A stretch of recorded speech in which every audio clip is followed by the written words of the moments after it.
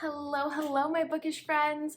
Welcome back to my booktube channel. My name is Alex, and I am really excited to share with you today the 8 books that I read in the month of May.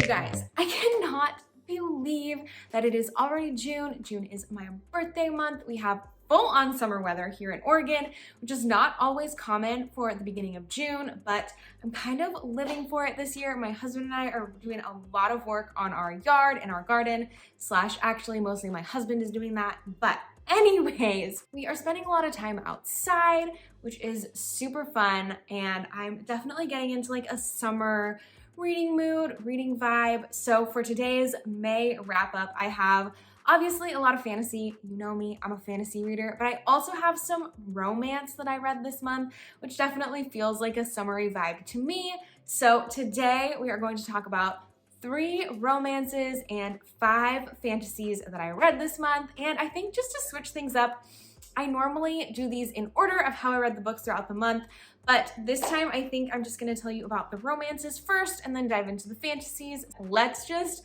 dive in because I have a lot of thoughts and feelings to share with you guys today. Before I get started on my list, let me know down in the comments below what the best book was that you read in the month of May, or just any book that you read in May, how you thought about it, what you felt. Did you read Fourth Wing? Like so many people, I talked about that one in my April wrap up, so you can check that for my thoughts. But did you guys read Fourth Wing in May? If you haven't read it yet, what are you doing? Jump to that. I have a video coming out soon that my husband and I just filmed talking about Fourth Wing, so definitely subscribe, turn on notifications if you want to see that when it comes out. It is definitely going to be a hoot. It's gonna be really fun. We talk about it both non-spoiler and then with spoilers later in the video, so keep an eye out for that on my channel. It's gonna be so fun. Okay, enough rambling.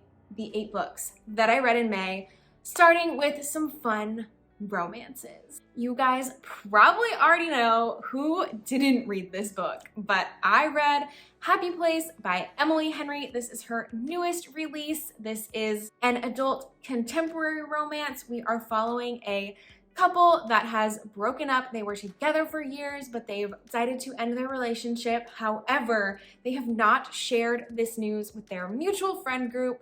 And because of this annual summer vacation that they go on with their friends, they end up deciding to fake continuing to be in a relationship until the trip is over, so as not to ruin this time for their friends. So we've got kind of a fake dating, second chance romance going on here. And you guys, this was really fun. I have now read all 4 of Emily Henry's like main contemporary romance books that people talk about: Beach Read, People We Meet on Vacation, which I'll talk about later in this video, Happy Place, and Book Lovers. And I don't quite know where this falls. I really enjoyed our main character, and I really enjoyed the friend group dynamics in this book and the banter. The banter was so fantastic. Emily Henry really knows how to write great witty banter between 2 love interests, so I really enjoyed that about this book. I did really like our main character, Harriet, and Wynne was a really sweet love interest. I do think, for me personally, this one falls probably above Book Lovers, below Beach Read. It's probably something like that for me.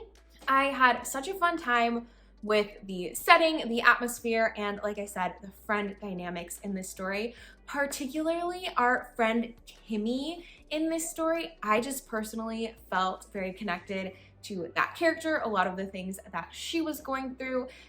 She went through these feelings of not being the fun friend and worrying that people didn't like to be around her. And I just personally struggle with those types of things a lot, so I really connected with her and enjoyed that aspect of the story so much. So you guys, if you're an Emily Henry fan, you definitely need to pick this one up. It is so great, so fun. I really enjoyed how things wrapped up, how she kind of showed the character development and growth. We are following 2 different timelines throughout this book. So we're following the present day during this summer trip where the 2 are faking their relationship. And then we follow the past and kind of see how their relationship started and eventually what happened to cause this breakup. And I thought the buildup was really good. I did enjoy both timelines. So I really did end up enjoying Happy Place, and I think I ended up giving it 5 stars. I'm not totally sure, but I think I did. And I think I cried as well reading this. So way to go, Emily Henry. This was definitely a solid read, and I highly recommend if you are a fan of contemporary romance. And sticking with the Emily Henry train, I also read People We Meet on Vacation, which, you guys, I read this with a friend for kind of a book club type situation, and I think that experience made it so much more fun to read. I know a lot of people rank this as their least favorite Emily Henry of those like main 4, and I don't know that I agree. I really enjoyed this one. I think I ended up giving it somewhere between like a 4 and a 4.5 stars. I think talking about it with my friend made it so much more special to me because the friend that I was chatting with is actually someone who really loves to travel and really connected with our main character Poppy in this book, which was super fun. But in this story, we are following 2 best friends who go on a summer vacation together every year, except they stopped 2 years ago. Something disastrous happened on their last trip and they have not spoken since. But our main character Poppy realizes that she actually hasn't been happy since that last trip, and so she asks Alex if he will go on one more vacation with her. They end up scheduling this trip around a family wedding and have this kind of awkward reunion, but also rekindling of their friendship. And of course, we know where this is going, a romance. And so we are following this friends to lovers romance story where they have been friends for 12 years. And again, in this one, we are also dual timeline. So we follow the present day trip that they are taking, and then we also follow the past trips that they have gone on and their relationship, how they became friends, what awkward thing eventually happened that caused their friendship to dissolve, everything in between. And I did feel like some of the past timeline was a little bit disappointing to me. I wanted more out of the trips. I felt like we were gonna get these really cool vacation stories, and that really wasn't the case. A lot of their trips ended up kind of being flops, or they didn't go somewhere very cool, or they just didn't describe what they did. So that kind of bummed me out a little bit. I wanted a little bit more of those vacation vibes, and their present day trip is just to Palm Springs. So I was hoping it was somewhere super cool. They go on a trip to Croatia and we only get 1 chapter about that. So definitely I was a little bit bummed there, but I did really enjoy the character development. Our 2 characters are complete opposites. We have Poppy, who is vivacious and quirky and loves traveling and wears these wild clothes and just has such a huge personality. And then we have Alex, who is very reserved. He likes what he's comfortable with, and he's a little bit picky, a little bit kind of uptight, and I kind of resonated with him a little bit, so I did enjoy that. I enjoyed their kind of like opposites attract dynamic, and I did really appreciate how everything in this book resolved. It felt very realistic. There was time given, there was therapy, there were conversations that really needed to happen. And I appreciate that in a romance because a lot of times I think we can get that really quick, easy, happily ever after that feels very forced and unrealistic. And I did not feel that way about this. So I really did appreciate that. There were definitely some hard-hitting emotional moments in this, really touching things that happened. But overall, I did feel a little bit frustrated by the length of time. I mean, 12 years that it took them to uncover their feelings for each other. There's a little bit of frustration there. So I don't think it's my favorite Emily Henry, but I also don't think it's my least favorite. And I actually think that a lot of people downplay this one too much. And it actually was quite enjoyable. I had a really fun time reading it and a really fun time talking about it with some friends. So that is People We Meet on Vacation by Emily Henry.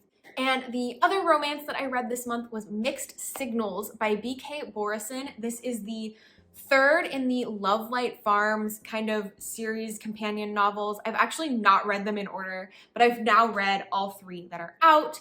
And I will definitely continue on. I'm excited for the 4th one to be coming out. I don't know when, but Mixed Signals, we are following a baker named Layla who has had a lot of rough first dates doing online dating. It is not going well for her, and when she's on one of these terrible first dates, she actually bumps into somebody from her town that she's known for a long time. He ends up driving her home, and they strike up this agreement to date each other just as kind of a test, an experiment for her to see what it's like to be treated well on a date, and for him to learn what he's doing wrong, why he can't ever get past the first few dates with a girl, and for her to kind of critique him.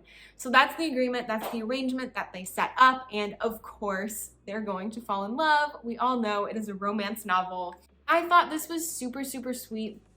It was a little bit spicier than my taste, but I really preferred this one to In the Weeds, which is the second one in the series. I do think I like Love Light Farms, the first one, the best still, but this one was really sweet. I thought both of our characters were very charming. I really enjoyed their banter, and just the way that he showed love to her I thought was really, really sweet. Caleb was an awesome character, and they got on some really, really funny dates, which I just had a blast reading about. So I definitely think that if you are a contemporary romance girl, the Love Light Farms series and Mixed Signals are great choices for you. These were previously independently published, but I do know that BK Borison has been picked up by a publisher, and that these, I believe, are like re-coming out soon. I listened to it on SCRIBD, and yeah, I really, really enjoyed it. Blew through it. I definitely got into that romance mood. I think I read that one right after Happy Place because I was still in the mood for more romance, and this one definitely fit the bill. I enjoyed it. I don't remember what I rated it, maybe a 4, because I definitely blew through it really quickly. Had a blast. It was very fun to read. So definitely recommend Mixed Signals, and those are the 3 romances that I read. There will definitely be some more in my June wrap-up. I'm already reading one. I'm reading The True Love Experiment by Christina Lauren. So if you are interested in more romance reviews from me, I will have some in June for sure. It's definitely that time of year where I'm in the mood for just a fun, quick, easy read, and romance is definitely that for me. But I also, of course, read fantasy this month. I am a fantasy girl at heart, and so we have 5 fantasy books to talk about in this video as well. Starting with A Door in the Dark by Scott Raingen, something like that. And this book is the first in a new series, a young adult fantasy, kind of dark academia mystery is what it was pitched as. And I think it's pitched as A Deadly Education meets One of Us is Lying or something like that, one of those YA mysteries. And I didn't feel like it quite delivered on what I was promised, so that was a little bit disappointing, and I think that made this a less enjoyable read than it could have been. I believe I gave this somewhere around a 3.5 or a 4 because I still thought the world building was really cool. I enjoyed our main character. I enjoyed a lot of things about this book.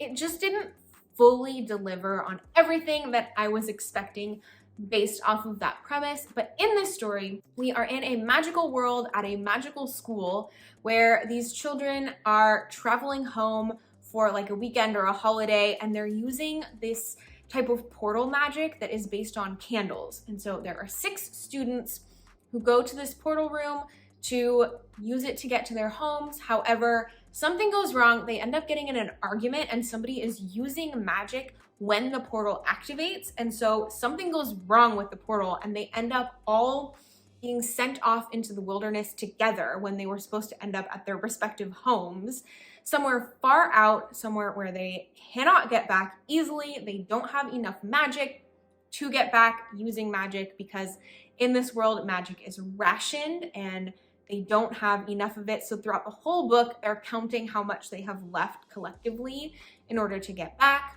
And when they end up out in the middle of the woods, one of them is already dead. And so they're trying to figure out who is the killer among us and how the heck do we get back? Where even are we? It is kind of a mystery / adventure / magic, and I really, really enjoyed it. However, I did feel like there could have been more character development from all of our different characters that we met. I just wanted it to go a little bit deeper than it was going, and I'm hoping for more from the next book because this will be a series and I will be continuing with it.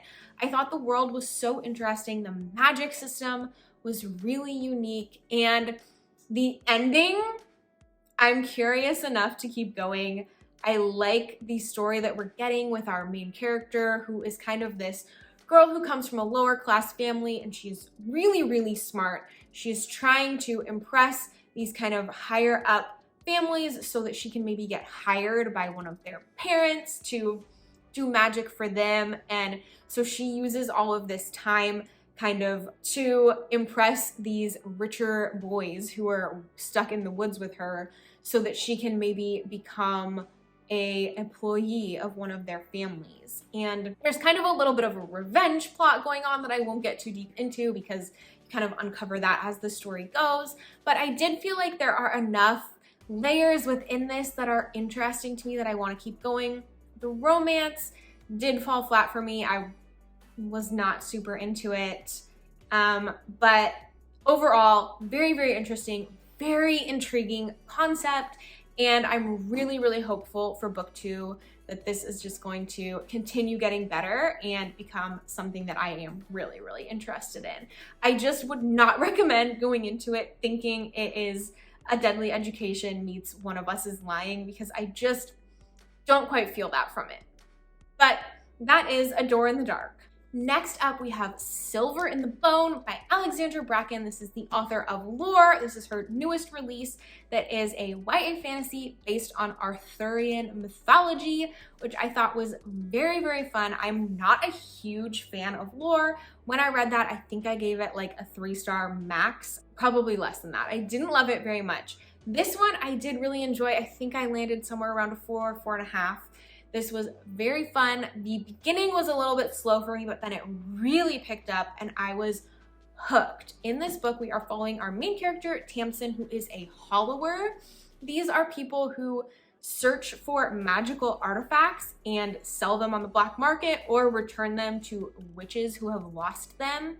We are kind of in a contemporary, modern urban world, but we kind of leave that eventually, which I liked because I'm not a huge urban fantasy girl. But our main character's brother is actually had this curse on him for his whole life, and Tamsin hears about a magical artifact that she can go and find that she's actually been wanting to find for a really long time because she believes it could help her save her brother from his curse. And so she sets off to try and find this artifact. However, her rival hollower is also looking for it. And so, of course, they will have to team up at some point to go and find it together. There will probably be some romance.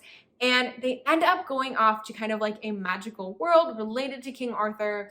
This artifact that they are looking for is closely tied to his mythology. And so we get a lot of like sorceresses and Merlin and knights, and lots of that stuff comes into play. It is very, very interesting. I'm a big fan of Arthurian legend stories, so this one was definitely a hit for me. I thought the second half, especially, the second half was 5 stars. Like, so fun, so interesting, and I'm really looking forward to following the rest of this series. I don't know how many books it will be, but I will definitely be picking up the second one when it comes out and continuing on because this was a really, really fun read. I definitely recommend. I would say it's like, it's pretty YA, maybe towards the upper YA side, but yeah, definitely a great fantasy if you're a fan of Arthurian legend. Highly recommend. And if you're not loving the urban elements at the beginning, stick with it because they do fall away. So I definitely recommend this one. That is Silver in the Bone. Okay, and then lastly, we have a whole series that I'm going to be talking about, and that is the world of Mary E. Pearson's Remnant Chronicles universe. I've already read the Remnant Chronicles trilogy, but this month I read Morrighan, which is the like backstory of the world. It's just a cute little novella. So I read that one and the Dance of Thieves and Vow of Thieves duology. I decided to jump into this one first because it has been a hot minute since I read the Remnant Chronicles. I think it's been at least 2 years. And I wanted a refresher to try and remember what happened in that without having to completely reread the trilogy, although I do want to reread those sometime soon because they are incredible. But as my refresher, I decided to pick up Morrighan, which is kind of the origin story of this world. And this is just a quick little 200-page. It's got some illustrations, very cute.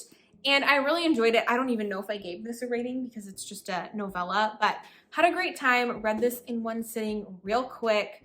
And it did give me a decent refresher, but it was definitely like the past history and lore. It did not give me any refresher on what happened in the Remnant Chronicles. That's okay. I remembered as I went through Dance of Thieves and Vow of Thieves. So if you are a fan of the Remnant universe and have not read this one yet, I definitely recommend picking it up. It was really fun just to kind of get that extra backstory about Morrighan herself. So there's that one. Then we got to Dance of Thieves, which I thought was so fun. You guys, in this story, we are following a young thief who has become a kind of guard soldier in her kingdom, and she is sent by her queen to go to another kind of kingdom. They're not recognized by the other kingdoms as a true kingdom.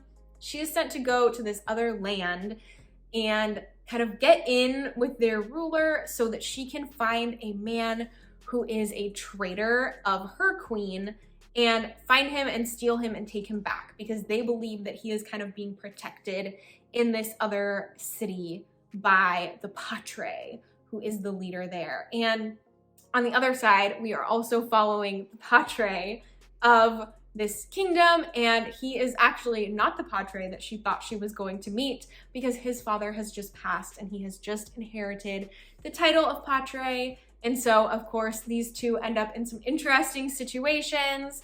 There is some romance going on. Very quickly on, the two end up being kidnapped and chained together at the ankle. So, you guys, this was such a fun YA romance fantasy story. I definitely think it leans pretty heavily on the romance, but I really, really enjoyed it. This one is kind of following that initial meeting between them. They're kidnapped. They're trying to get back to where he came from, and she's still trying to find out if this man that she's looking for is in his kingdom. And then we have a sequel. So this is just a duology. I did end up finishing the whole thing. I think this one I gave between a 4 and a 4.5, and I think Vow of Thieves I gave 5 stars. I could be wrong about that, but there are some twists in this one that I absolutely loved. You guys, Mary E. Pearson she knows how to write a twist. She does it so well. Chef's kiss. I really, really enjoyed this duology. Overall, like 5 stars, so good, highly recommend. And yeah, I just definitely recommend the Remnant universe in general. These books are so fun. They're so great for YA. I believe that these ones are pretty tame YA from what I remember. And the Remnant Chronicles as well. And I love that we get like glimpses of characters that we loved in the Remnant Chronicles, particularly in this one. We see them show up more in the second book. And overall, just yes. What a fun time. Highly recommend if you are a YA fantasy reader and have not yet read Dance of Thieves and Vow of Thieves and the Remnant Chronicles. You guys, chef's kiss. They are so good. We're pretty light on the fantasy elements in these. It's more, there's a type of magic called like knowing. People kind of have like visions of the future a little bit, but it's not very intense magic. And then we're actually in more of a post-apocalyptic world. So you kind of get the sense that this once was our world a really long time ago. And there were these apocalyptic events that happened and people lived in kind of this desolate world for a long time. And now things are kind of being rebuilt, but it's more medieval. They're being rebuilt into kingdoms and castles and things like that. And so now we're living in this, what's grown up out of the kind of dystopian post-apocalyptic setting. So it's very interesting in that sense as well. You get a lot of talk of like the ancients and what they used to do. And like there's a bridge and you kind of get the sense that that might be San Francisco. And yeah, very interesting with that as well. So definitely, if any of that sounds good to you, you guys, romance, forced proximity, chained together at the ankle. come on. Super fun, definitely a great YA read. That is a wrap for what I read in May. I did mention in another video that I was reading Bring Me Your Midnight by Rachel Griffin. I had hoped to finish it in May. I am nowhere near done. I just have not been reading quite as much as I thought I was going to be. So I'm in the middle of quite a few books right now. Hopefully I will have a lot to talk to you guys about in my June wrap up, but that is everything for May. So let me know what you think of these books down in the comments below, and I will talk to you guys in my next video. Thanks for hanging out with me. Bye, friends.